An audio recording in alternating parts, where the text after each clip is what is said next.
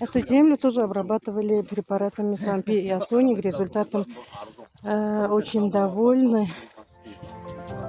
Смотрите, какой урожай.